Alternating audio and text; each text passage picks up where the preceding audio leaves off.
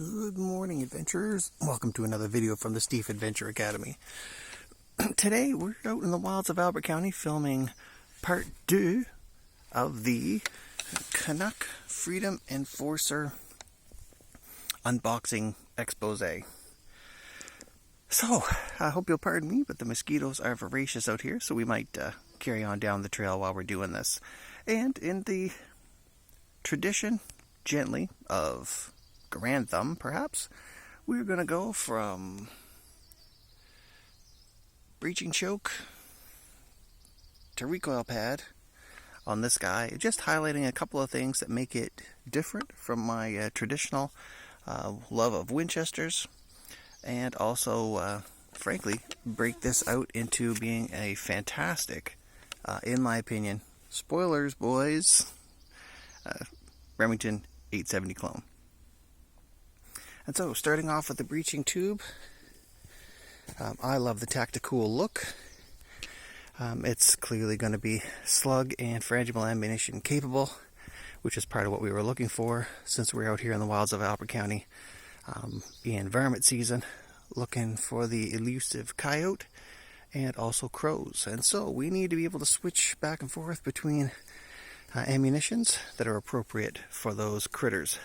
The nice thing is, this guy will be a perfect choice for my deer hunting adventures and what have you.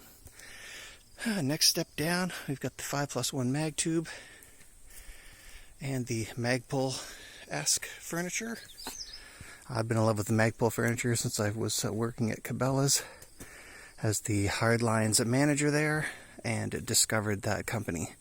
The somewhat pistol grippy nature of the buttstock and the shape of the forestock just really makes this a very, very comfortable firearm to hold, manipulate, point, and use.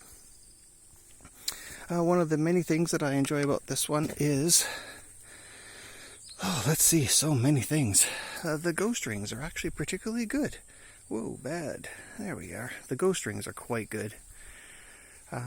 One of the things that you'll find with ghost rings is that if the rear aperture, right there, if that hole is quite small, or if the material around the hole is quite thick, both can make it a difficult sighting condition. The good news is that the way that my vision has altered as my wisdoms begin to show means that the ghost ring is truly a ghost when I'm my sight picture, while the red dot on the foresight, see if we can kind of, without flagging ourselves, give you an idea. It's quite good. It's surprisingly good. It gives you a nice round peekaboo that's not obscuring two eyes open sight picture in any way, which is a little bit unusual because I have used some ghost rings that made me think about whether or not I wanted to use one ever. Trail find. I'll put this out in the middle of the trail for whoever lost their rubber Arctic cat gas cap. In any case, moving back, let's see other things that I really like about this. I like that this particular model has a gate. There are a variety of options that don't have a gate, and frankly, I just like it better. I like the fact that there's a bit of a ramp to run the shells down, rather than, for instance, I believe it's the Mossberg where the gate hugs the bolt when in a closed position, and then drops down to catch the shell as it's popping back out of the, I guess I would say, the secondary lock, because the primary lock holds the rounds in the tube while the action is open, up to the point where it's coming forward. In any case, if you're looking for shotgun function videos, this is probably not the spot. Other things I like about this, of course, the rail is actually quite nice. It came off easily for painting and then went back right in place. The peep sight was very easy to sight in. This thing holds about an 8-inch group at 100 yards with a ghost ring sight and just white box Foster slugs. What that means is that it's not, essentially, it's not substantively or really measurably more accurate than other shotguns in its category. But considering the sighting system is designed for speed rather than long distance accuracy, that is right in the YouTube ballpark. And if you want to know what that means, feel free to check out any of the other channels that talk about ghost ring sights at that distance with slugs, and they're all shooting even 10, 11-inch groups. This one's at about between 8 and 10. And that's the 10 was probably me throwing a flyer. Other things I like about this quite a bit is, I didn't think I would really, is the slide release location. It's actually quite a big button. That's it in its depressed position.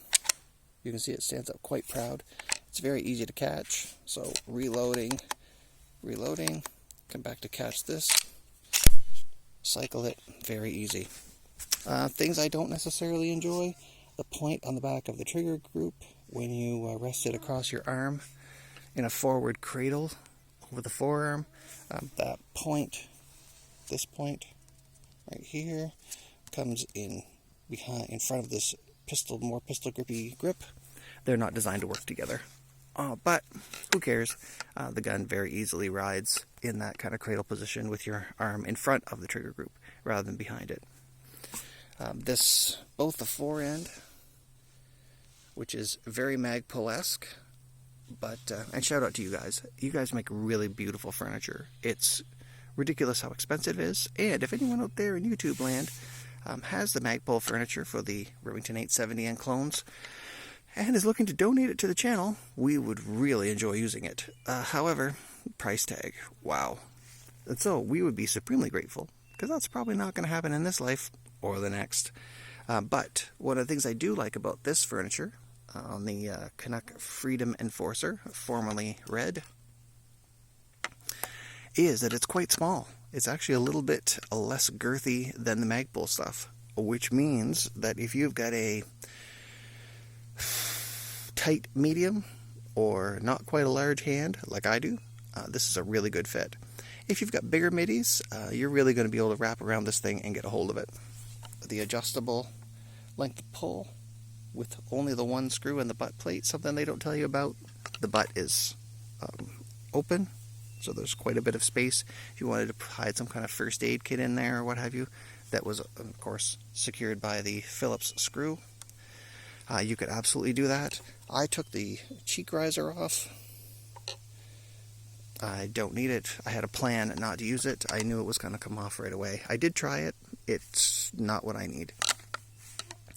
Let's see. Other things that are fun about this. Well, the fact that it's chambered for 3-inch means that the access ejection port is both access and ejection port. If you're making a tactical ammunition change, like we are out here on our coyote and crow hunt, actually makes it quite a bit easier because the round comes free long before the mag tube is engaged, so I can very quickly and quietly slide the action back, remove the slug, replace it with the birdshot for crows, and go back to work. Let's see, other things that I would say. Frankly, this thing checks all of the boxes. It came with the breeching choke, came with all the choke tubes, came with a bird's head, as you know, a pistol grip, the buttstock that I was gifted by my good friend Luke. Thank you so much, Luke. Super grateful for the folding buttstock that I've had for almost 2 years. Fits this very easily, and it was an easy firearm to paint. The paint seems to be wearing off in a really nice way, and yeah, I'm looking forward to the accessories that are coming for it. So there may be more videos to come on this. I really couldn't speculate. But that just about brings us to the end of part 2 of why this is a great piece and ideal for my location, my conditions, and my, frankly, LARPing a little bit while I hunt the elusive Albert County coyote. And by the way, the easternized coyote, they're as big as they say they are. Whew. We saw some about a month ago. They were quite far away, but the smallest of the group was the standard coyote. And then The other one was probably 30% larger, and the largest of the bunch was easily in the 40 to 50% larger than the smaller of the three. In any case, there's bear tracks out here, moose tracks out here, deer tracks. Saw some this year's bunnies, and that just makes everything better. And so from all of us here at the Adventure Academy to all of you out there in Adventure Land, we hope that you will stay sharp and enjoy the great outdoors as well as your heavily modified Canuck Freedom Enforcer. I didn't pick the name, folks, but if you're going to Google it on Canuck's site, see if you can get yourself one. That's what you're looking for. And as I've probably said in the previous video, the red, it was almost a win, but I gotta have my camouflage on every way, and on every day. We hope that you will stay sharp and drive it like it's rented. Bye for now.